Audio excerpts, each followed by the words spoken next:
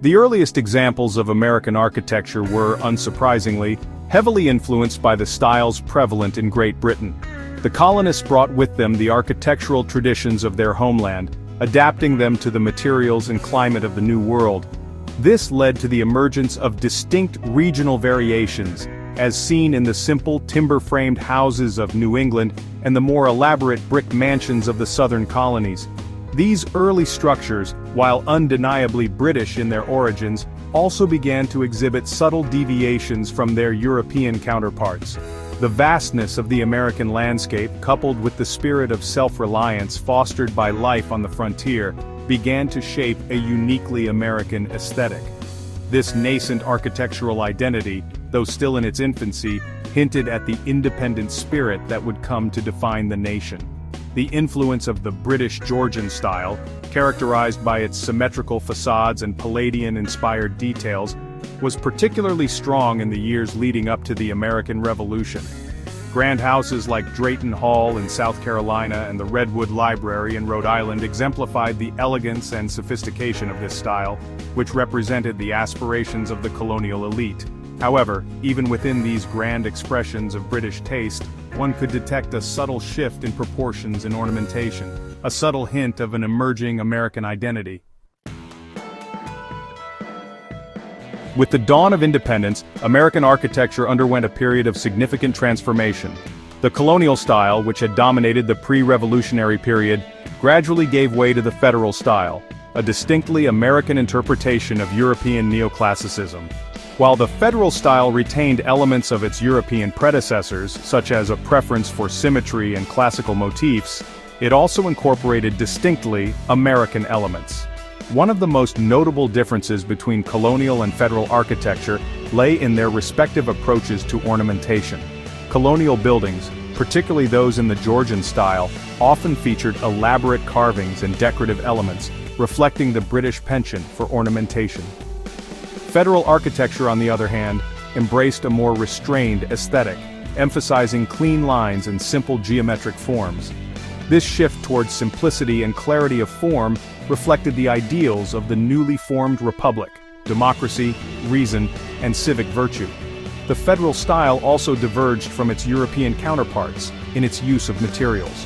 While European neoclassical buildings typically employed expensive materials like marble and granite, American architects, faced with limited access to such resources, turned to more readily available alternatives like wood and brick. This pragmatic approach to materials further distinguished American architecture from its European counterparts, highlighting the resourcefulness and adaptability that would become hallmarks of American design. The latter half of the 19th century witnessed a period of unprecedented urban growth in the United States. Fueled by industrialization and a massive influx of immigrants, cities like New York, Chicago, and Philadelphia experienced explosive population growth.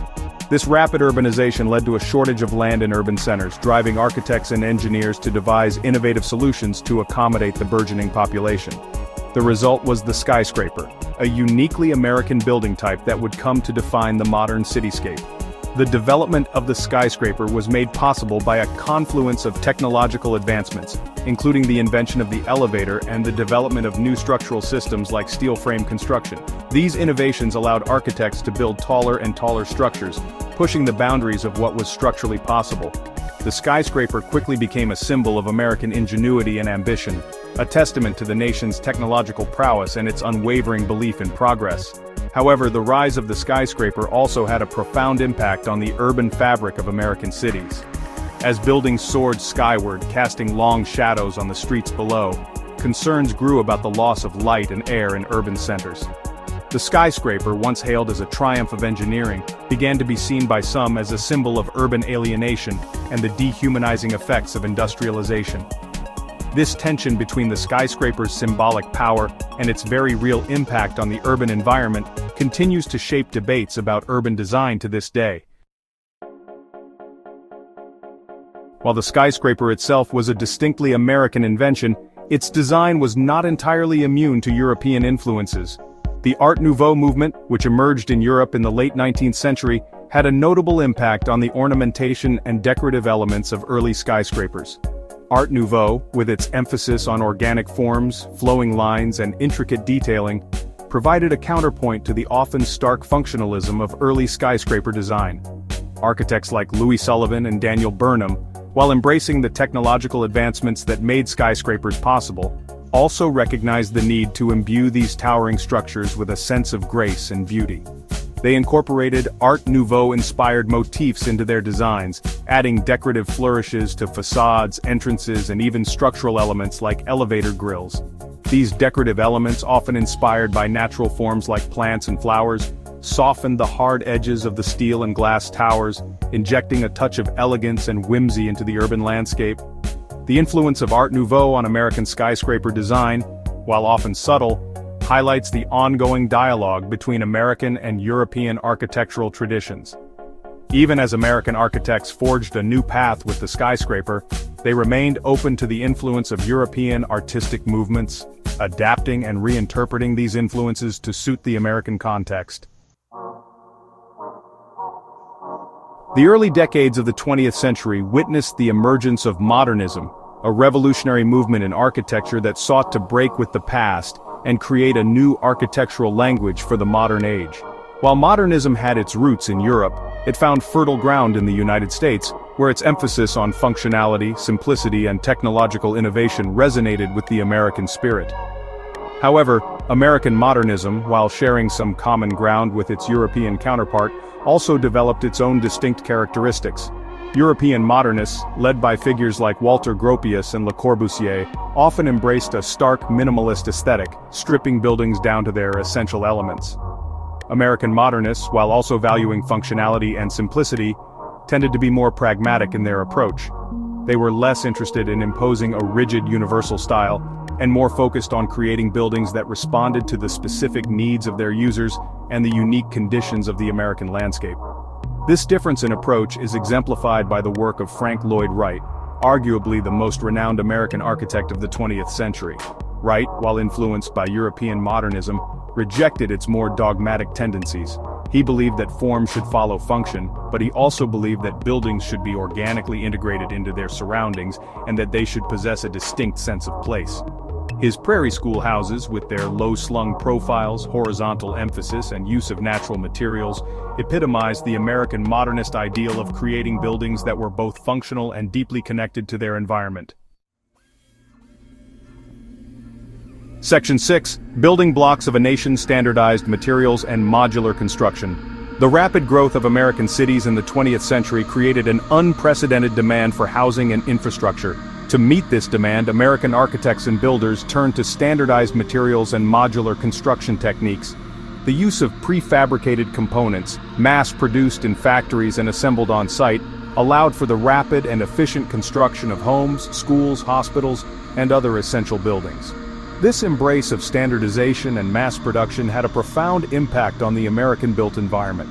It led to the rise of suburbs like Levittown, New York, where thousands of identical homes were built using prefabricated components. While these developments provided much-needed housing for a growing population, they were also criticized for their uniformity and lack of character. Critics argued that the mass production of buildings led to the homogenization of the American landscape, erasing regional distinctions and creating a sense of placelessness.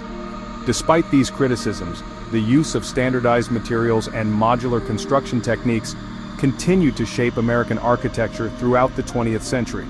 The development of new materials like plywood, drywall, and vinyl siding further accelerated this trend, making it possible to build ever cheaper and more efficient structures.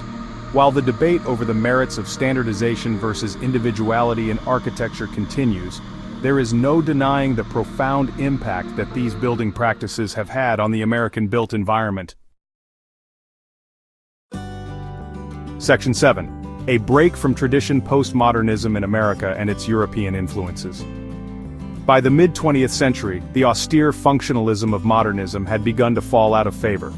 Architects and critics alike began to question the movement's rigid adherence to simplicity and its rejection of historical styles. This led to the emergence of postmodernism, a diverse and often contradictory movement that embraced complexity, ambiguity, and a playful reinterpretation of historical forms. Postmodern architecture in the United States was influenced by the work of European architects like Aldo Rossi and Robert Venturi, who challenged the prevailing modernist orthodoxy. Rossi's emphasis on the importance of memory and place in architecture resonated with American architects who were seeking to create buildings that were more responsive to their context. Venturi's embrace of complexity and contradiction, as articulated in his influential book Complexity and Contradiction in Architecture, provided a theoretical framework for a new generation of architects who were eager to break free from the constraints of modernism. American postmodernism found its most exuberant expression in the work of architects like Michael Graves, Robert Stern, and Philip Johnson. These architects rejected the minimalist aesthetic of modernism, embracing bold colors, playful forms, and historical references in their designs.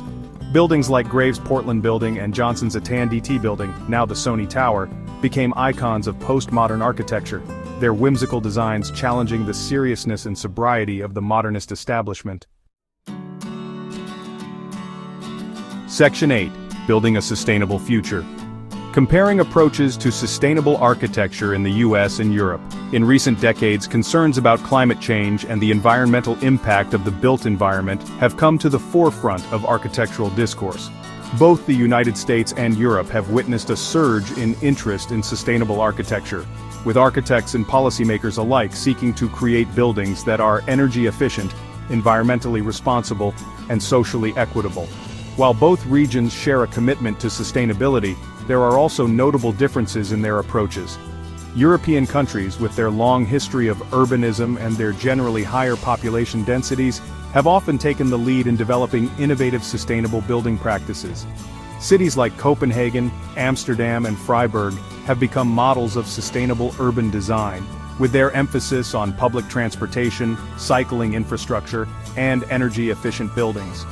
The United States, with its sprawling cities and car-centric culture, has faced greater challenges in implementing sustainable building practices on a wide scale. However, there has been significant progress in recent years, with the development of green building standards like LEED, or Leadership in Energy and Environmental Design, and the increasing adoption of sustainable building technologies like solar panels and geothermal heating and cooling systems. Section 9. A City for All, addressing social inequality through architecture and urban planning. Beyond the environmental impact of buildings, there is a growing recognition of the need to address social inequalities through architecture and urban planning. Both the United States and Europe are grappling with issues of affordable housing, access to public space, and the spatial segregation of different socioeconomic groups. In the United States, decades of discriminatory housing policies and disinvestment in low-income communities have created stark spatial inequalities. Many cities are struggling to address these legacies, seeking to create more equitable and inclusive urban environments. This has led to a renewed focus on community engagement in the design process, with architects and planners working more closely with residents to create spaces that meet the needs of all members of the community. European cities, while generally more equitable than their American counterparts, also face challenges related to social inclusion and the integration of immigrant populations. Many cities are implementing programs to promote social mixing in housing and to create more inclusive public spaces. The pursuit of a more just and equitable society requires a fundamental rethinking of how we design and build our cities. Architects and urban planners have a critical role to play in this endeavor, using their skills and expertise to create spaces that foster social cohesion, promote economic opportunity, and ensure that all members of society have access to safe, healthy, and vibrant communities.